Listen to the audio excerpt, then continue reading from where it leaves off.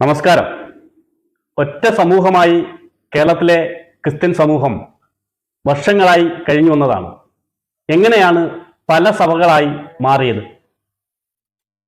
ലത്തീൻ സഭ, സീറോ മലബാർ സഭ, കത്തോലിക്ക സഭ, യാക്കോബായ സഭ, സുറിയാനി സഭ തുടങ്ങി നിരവധി സഭകൾ ഇന്ന് കേരളത്തിലുണ്ട്. എങ്ങനെയാണ് ഈ സഭകൾ വേർപിരിഞ്ഞ് പലതായി മാറിയത്? അതാണ് ഇന്നത്തെ വീഡിയോ. ഞാൻ Abhilash. Welcome to true focus with Abhi. Marthoma ശ്ലീഹ AD 52 കേരളത്തിലെത്തി ക്രൈസ്തവ സഭ ആരംഭിച്ചു എന്നാണ് ചരിത്രം പറയുന്നത്. എന്നാൽ വ്യത്യസ്തമായ അഭിപ്രായങ്ങളും നിലനിൽക്കുന്നുണ്ട്. ഇത് സത്യമാണെങ്കിൽ ലോകത്തിലെ തന്നെ ഏറ്റവും പഴക്കമുള്ള ക്രൈസ്തവ സഭ കേരളത്തിലായിരുന്നു എന്നാണ് നാം മനസ്സിലാക്കേണ്ടത്. കേരളത്തിലെ ക്രൈസ്തവ സഭയെക്കുറിച്ച് ലോകം അറിഞ്ഞു തുടങ്ങിയത് 4-ാം നൂറ്റാണ്ടിൽ പേർഷ്യയിൽ നിന്ന് വന്ന ഒരു സംഘം ക്രിസ്ത്യൻ സംഘം മർത്തോമാ ശ്ലീഹ നേരിട്ട് സ്ഥാപിച്ച ക്രിസ്ത്യൻ സഭയുമായി ചേർന്ന് പ്രവർത്തിച്ചു തുടങ്ങിയപ്പോഴാണ് കേരളത്തിൽ ഇങ്ങനെ ഒരു ക്രിസ്ത്യൻ സഭ ഉണ്ടായിരുന്നുവെന്ന് ലോകം ശ്രദ്ധിച്ചതും അറിഞ്ഞു തുടങ്ങിയതും. ഈ ക്രിസ്ത്യൻ സമൂഹം ഭരണാധികാരികൾക്ക് വേണ്ടപ്പെട്ടവരായി തീരുകയും ഭരണാധികാരിയിൽ നിന്നും കൂടുതൽ ആനുകൂല്യങ്ങൾ കൈപ്പറ്റുകയും സമൂഹത്തിൽ ഒരു പ്രബല ശക്തിയായി വളർന്നു വരികയും ചെയ്തു. പേർഷ്യൻ കുടിയേറ്റക്കാരും മർത്തോമാ പൈതൃകത്തിലുള്ളവരായതുകൊണ്ട് തന്നെ അവരെ മർത്തോമാ ക്രിസ്ത്യാനികളെന്നും സെന്റ് തോമസ് ക്രിസ്ത്യാനികളെന്നും അറിയപ്പെട്ടു. ഇവർ ചർച്ച് ഓഫ് ഈസ്റ്റ് എന്നറിയപ്പെടുന്ന പേർഷ്യൻ സഭയുടെ കീഴിൽ പ്രവർത്തിച്ചു വരികയായിരുന്നു. ഈസ്റ്റേൺ സുറിയാനി അഥവാ കിഴക്കൻ സുറിയാനി ഭാഷയായിരുന്നു ഇവരുടെ ആരാധന ഭാഷ. അതുകൊണ്ട് വരെ സുറിയാനി ക്രിസ്ത്യാനികളെന്നും അറിയപ്പെട്ടിരുന്നു. കേരളത്തിലെ ക്രൈസ്തവ സഭയുടെ ഭരണകാര്യങ്ങൾ നിർവഹിച്ചിരുന്നത് പ്രാദേശിക തലത്തിൽ അവർ തന്നെ തിരഞ്ഞെടുത്തിരുന്ന ജാതി കർത്തവ്യൻ എന്നറിയപ്പെട്ടിരുന്ന ആർത്തിക് യാക്കോനാണ്. എന്നാൽ ഇവരെ നിയന്ത്രിച്ചിരുന്നത് പേർഷ്യയിൽ നിന്നും അയച്ചിരുന്ന ബിഷപ്പുമാരായിരുന്നുവെന്നും പറയപ്പെടുന്നു. പോർച്ചുഗീസുകാര് ഇന്ത്യയിലേക്ക് വരുന്നതും വരെ പേർഷ്യൻ സഭയുടെ കീഴിലായിരുന്നു കേരളത്തിലെ ക്രൈസ്തവ സഭ നിലകൊണ്ടിരുന്നത്. എന്നാൽ പോർച്ചുഗീസുകാരുടെ വരവോടുകൂടി അതിന് മാറ്റമുണ്ടാവുകയാണ്. വാസ്കോ ഡ ഗാമ കേരളത്തിലെത്തിയതിനു ശേഷം വ്യാവസായികമായി വളരെ മുൻതൂക്കമുണ്ടായിരുന്ന സുറിയാനി സഭയുമായി ചേരുകയും അവരുമായി വ്യാവസായിക ബന്ധങ്ങൾ സ്ഥാപിക്കുകയും ചെയ്തു. സുറിയാനി സഭയുമായി ആദ്യമായി ബന്ധപ്പെടുന്ന ഒരു വിദേശിയും വാസ്കോ ഡ ഗാമയാണ്.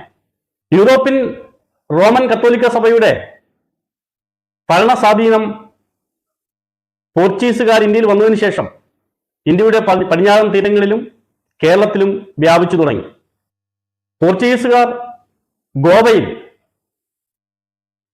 റോമൻ കത്തോലിക്ക ആസ്ഥാനം സ്ഥാപിക്കുകയും ഇന്ത്യയിലെ പടിഞ്ഞാറൻ തീരങ്ങളിലുള്ള മുക്കുവരെയും താഴ്ന്ന ജാതിയിൽപ്പെട്ട ആളുകളെയും ഒക്കെ മാമോദിസ സ്വീകരിപ്പിച്ച് ക്രിസ്ത്യാനികളാക്കുകയും ചെയ്തു. ഇവർ ലത്തീൻ ആരാധനാ ശൈലിയിലുള്ള റോമൻ കത്തോലിക്കക്കാരായാണ് മാമോദിസ സ്വീകരിച്ചത്. ഈ സമൂഹത്തെയാണ് ഇന്ത്യയിൽ ലത്തീൻ സഭ എന്ന് അറിയപ്പെടുന്നത്. റോമിലെ മാർപ്പാപ്പയുടെ നേരിട്ടുള്ള ഭരണത്തിന്റെ കീഴിലുള്ള സഭയാണ് കേരളത്തിലെ ലത്തീൻ സഭ. ഗോവയിലെ ലത്തീൻ സഭയുടെ കീഴിലേക്ക് കേരളത്തിലെ സുറിയാനി ക്രിസ്ത്യാനികളെ കൂടി ചേർക്കുവാൻ അവർ ശ്രമം ആരംഭിച്ചു. എന്നാൽ കേരളത്തിലെ സുറിയാനി ക്രിസ്ത്യാനികൾ അതിന് തയ്യാറായില്ല. അവർ പേർഷ്യയിലെ സുറിയാനി സഭയ്ക്ക് കീഴിൽ ഉറച്ചു നിന്നു. അങ്കമാലിയായിരുന്നു സുറിയാനി സഭയുടെ ആസ്ഥാനം. പക്ഷേ പേർഷ്യയിലെ ചർച്ച് ഓഫ് ഈസ്റ്റിൽ പിളർപ്പ് സംഭവിക്കുകയും റോമൻ കത്തോലിക്ക സഭയുടെ കീഴിലേക്ക് ഒരു ഭാഗം പോവുകയും ഒരു ഭാഗം സ്വതന്ത്രരായി നിലകൊള്ളുകയും ചെയ്തു. ഈ സമയം കേരളത്തിലെ സുറിയാനി ക്രിസ്ത്യാനികളുടെ പിന്തുണ നേടുവാൻ ഇരു വിഭാഗവും ശ്രമിക്കുന്നു. ആ സമയത്ത് സുറിയാനി സഭയുടെ കേരളത്തിലെ ഭരണകാര്യങ്ങൾ നിർവഹിച്ചിരുന്നത് പേർഷ്യയിൽ നിന്ന് വന്ന ഒരു ബിഷപ്പായിരുന്നു. Bishop Mar Abraham. Mar Abraham 1599 കാലം ചെയ്തു. അദ്ദേഹമായിരുന്നു കേരളത്തിലെ അവസാന Persian bishop. Bishop Mar Abraham സ്വതന്ത്രരായി നിന്ന സുറിയാനികളുടെ കൂടെയായിരുന്നു നിലകൊണ്ടിരുന്നത്. എന്നാൽ ഇദ്ദേഹം കാലം ചെയ്യുന്നതിന് മുമ്പ് മാർപ്പാപ്പയ്ക്ക് വിധേയനാവുകയും ചെയ്തിരുന്നു. അങ്കമാലി ആസ്ഥാനമായിരുന്ന സുറിയാനി സഭയിലെ ക്രിസ്ത്യാനികളെ ഗോവൻ രൂപതയുടെ ഭാഗമാക്കുവാൻ 1599 എറണാകുളത്തെ ഉദയംപേരൂരിൽ വെച്ച് ഒരു യോഗം വിളിക്കുകയുണ്ടായി. ഗോവ ആർച്ച് ബിഷപ്പാണ് ആ യോഗം വിളിച്ചത്.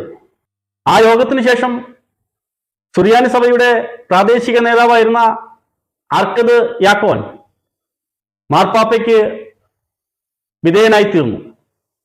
അങ്ങനെ കേരളത്തിലെ മുഴുവൻ സുറിയാനി ക്രിസ്ത്യാനികളും കത്തോലിക്ക സഭയ്ക്ക് കീഴിലായി മാറി. അങ്ങനെ കേരളത്തിലെ മുഴുവൻ സുറിയാനി ക്രിസ്ത്യാനികളും 1599 ഗോവ ആസ്ഥാനമായിട്ടുള്ള കത്തോലിക്ക സഭയുടെ ഭാഗമായി മാറി. അങ്ങനെ സുറിയാനി സഭയുടെ പല ആചാരങ്ങളും പ്രാർത്ഥനാ രീതികളും നിരോധിക്കപ്പെടുകയും ലത്തീൻ വൽക്കരിക്കപ്പെടുകയും ചെയ്തു. ഏതാണ്ട് 50 വർഷക്കാലം കേരളത്തിലെ സുറിയാനി ക്രിസ്ത്യാനികൾ കത്തോലിക്ക സഭയുടെ ഭാഗമായി നിന്നു. എന്നാൽ മറ്റ് മതവിഭാഗങ്ങളിലുള്ളതുപോലെ തൊട്ടുകൂടായ്മ പോലുള്ള ചില ആചാരങ്ങൾ കേരളത്തിലെ സുറിയാനി ക്രിസ്ത്യാനികൾ വെച്ച് പുലർത്തിയിരുന്നു. അങ്ങനെയുള്ള ആചാരങ്ങളെ പോർച്ചുഗീസ് സഭ വിലക്കി. കേരളത്തിലെ സുറിയാനി ക്രിസ്ത്യാനികളുടെ പല ആചാരങ്ങളും പോർച്ചുഗീസിൽ നിന്ന് വന്ന പല ബിഷപ്പുമാരും പലപ്പോഴായി നിരോധിച്ചു. ഇത് സുറിയാനികൾക്കിടയിൽ വലിയ എതിർപ്പ് ഉളവാക്കി. ഈ എതിർപ്പുകൾ വന്നു നിന്നത് വലിയൊരു ലഹളയിലാണ്. 1653 മട്ടാഞ്ചേരിയിൽ വെച്ച് നടന്ന കൂനൻകുരിശു തത്വത്തിൽ കേരളത്തിലെ മുഴുവൻ സുറിയാനി ക്രിസ്ത്യാനികളും ഒത്തുചേർന്നു. ആ സമ്മേളനം റോമൻ കത്തോലിക്ക സഭയിൽ നിന്നുള്ള മോചനമായി സുറിയൻ ക്രിസ്ത്യാനികൾ പ്രഖ്യാപിച്ചു. അങ്ങനെ കത്തോലിക്ക സഭയിൽ നിന്നും സുറിയാനി ക്രിസ്ത്യാനികൾ വേർപിരിയുകയാണ്. കൂനൻകുരിശ് സമ്മേളനത്തിന് ശേഷം ആലങ്ങാട് പള്ളിയിൽ സുറിയാനികൾ ഒത്തുകൂടി. അവിടെ വെച്ച് അന്നത്തെ ആർക്കതി യാക്കോനെ മർത്തോമ ഒന്നാമനായി 12ഓളം പുരോഹിതന്മാർ ചേർന്ന് വാഴ്ത്തുകയും ലത്തീൻ സഭയിൽ നിന്നും പൂർണ്ണമായി സുറിയാനി ക്രിസ്ത്യാനികൾ ഒഴിവാകുകയും ചെയ്തു. എന്നാൽ ലത്തീൻ സഭയുടെ ബിഷപ്പ് ഇവരെ കൂടെ നിർത്തുവാൻ പലതരത്തിലുള്ള ചർച്ചകൾ നടത്തുകയും ചെയ്തു. മർത്തോമയുടെ മെത്രാഭിഷേകം ഒരു ബിഷപ്പിന്റെ സാന്നിധ്യമില്ലാതെ നടത്തിയതുകൊണ്ട് തന്നെ അത് നിയമപരമല്ലെന്നും അവർ വാദിക്കുകയും ചെയ്തു. കേരളത്തിലെ സുറിയാനികൾക്ക് വേണ്ടി മലയാളിയായ പള്ളിവീട്ടിൽ ചാണ്ടിക്കത്തനാരെ മെത്രാപ്പൊലിത്തയായി വാഴിച്ചു. അങ്ങനെ കേരളത്തിലെ സുറിയാനി സഭയ്ക്ക് 2 നേതൃത്വം ഉണ്ടാവുകയാണ്. ഒന്ന് പള്ളിവീട്ടിൽ ചാണ്ടിക്കത്തനാരും 2 മർത്തോമ ഒന്നാമനും. അങ്ങനെ വർഷങ്ങൾ കടന്നുപോയി.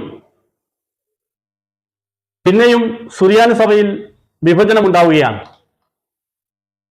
പള്ളിവീട്ടിൽ ചാണ്ടിക്കത്തനാളുടെ ഒരു വിഭാഗവും മർത്തോമ ഒന്നാമന്റെ മറ്റൊരു വിഭാഗവും. ചാണ്ടിക്കത്തനാളുടെ വിഭാഗം കത്തോലിക്ക സഭയുമായി ഒന്നിച്ചു ചേർന്നു. എന്നാൽ മർത്തോമ ഒന്നാമന്റെ വിഭാഗം സ്വതന്ത്രമായി നിലകൊണ്ടു. തന്റെ മെത്രാപ്പോലിത്ത പദവി നിയമപരമാക്കുവാൻ കത്തോലിക്ക സഭയല്ലാത്ത മറ്റു സഭകളിലേക്ക് മർത്തോമൻ ഒന്നാമൻ കത്തുകൾ അയച്ചുകൊണ്ടേയിരുന്നു. അങ്ങനെ സിറിയയിലെ സിറിയക് ഓർത്തഡോക്സ് വിഭാഗത്തിൽ നിന്നും ഒരു ബിഷപ്പിനെ കേരളത്തിലേക്ക് അയക്കുകയും മർത്തോമ ഒന്നാമനെ മെത്രാപ്പൊലിത്തയായി വാഴിക്കുകയും ചെയ്തു. അതിനുശേഷം സിറിയയിൽ നിന്നും ധാരാളം ബിഷപ്പുമാരെ കേരളത്തിലേക്ക് അയക്കുകയും കേരളത്തിലെ സുറിയാനി ക്രിസ്ത്യാനികളെ സിറിയക്ക് ഓർത്തഡോക്സ് രീതിയിലുള്ള ആരാധന രീതിയിലേക്ക് മാറ്റുകയും ചെയ്തു. അങ്ങനെ അവർ സുറിയാനി ക്രിസ്ത്യാനികളായി മാറി.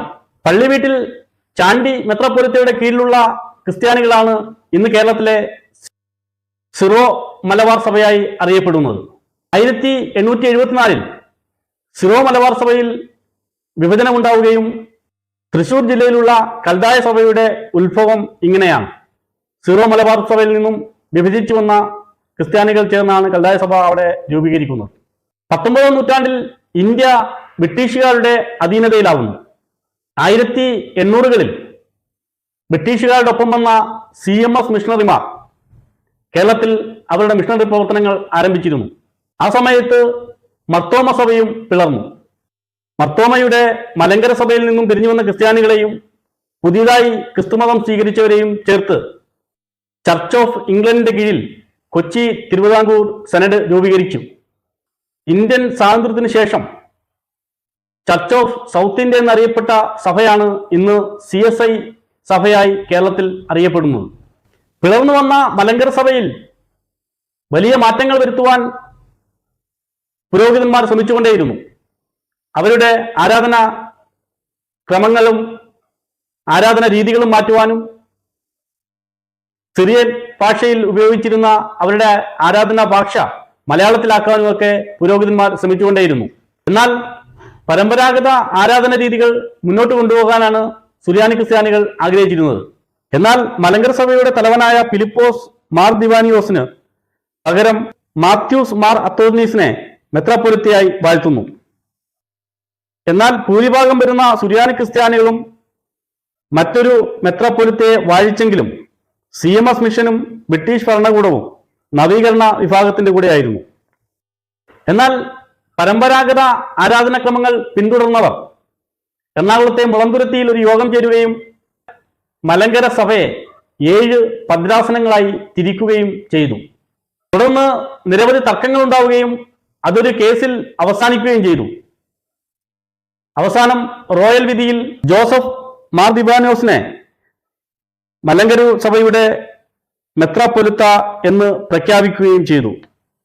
അങ്ങനെ നവീകരണ വിഭാഗം മലങ്കര സഭയിൽ നിന്നും പിരിഞ്ഞ് മർത്തോമ സിറിയൻ സഭ എന്ന സ്വതന്ത്ര സഭ രൂപീകരിച്ചു. പരമ്പരാഗത രീതിയിൽ തുടർന്ന സഭയാണ് ഇന്ന് കേരളത്തിലുള്ള മർത്തോമ സഭ. 1930-ൽ വീണ്ടും മലങ്കര സഭ പിളർന്നു. ഇന്ന് കേരളത്തിലുള്ള സിറോ മലങ്കര സഭയാണ് പിളർന്ന് മാറിയ സഭ.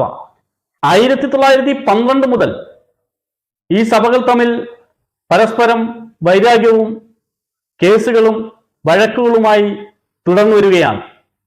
മലങ്കര ഓർത്തഡോക്സ് സുറിയാനി സഭ, യാക്കോബായ സുറിയാനി സഭ എന്നീ 2 സഭകൾ വർഷങ്ങളായി പള്ളിയുടെ കാര്യത്തിലും ആരാധനയുടെ കാര്യത്തിലും വലിയ തർക്കങ്ങളിലും കേസുകളിലും നിലനിൽക്കുകയാണ്. പെന്തക്കോസിന്റെ പല സഭകളും കേരളത്തിൽ ഇന്ന് പ്രവർത്തിക്കുന്നുണ്ട്. കാനായ സഭയുടെ ക്രിസ്ത്യാനി സമൂഹവും കേരളത്തിലുണ്ട്. ഈ കാനായ സഭ തന്നെ 2 സഭകളായിട്ടാണ് പ്രവർത്തിക്കുന്നത്.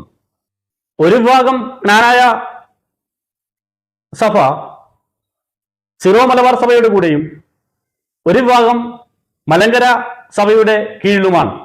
കേരളത്തിലെ ക്രിസ്ത്യൻ സമൂഹത്തിന് വലിയ ചരിത്ര പ്രാധാന്യമുണ്ട്. പോർച്ചുഗീസുകാരുടെയും ബ്രിട്ടീഷുകാരുടെയും വരവോടുകൂടി അവരെ പല തട്ടുകളിലായി വിഭജിക്കുകയും ക്രിസ്ത്യൻ വിഭാഗം പല സഭകളായി പിരിയുകയും മാറുകയും ചെയ്തു.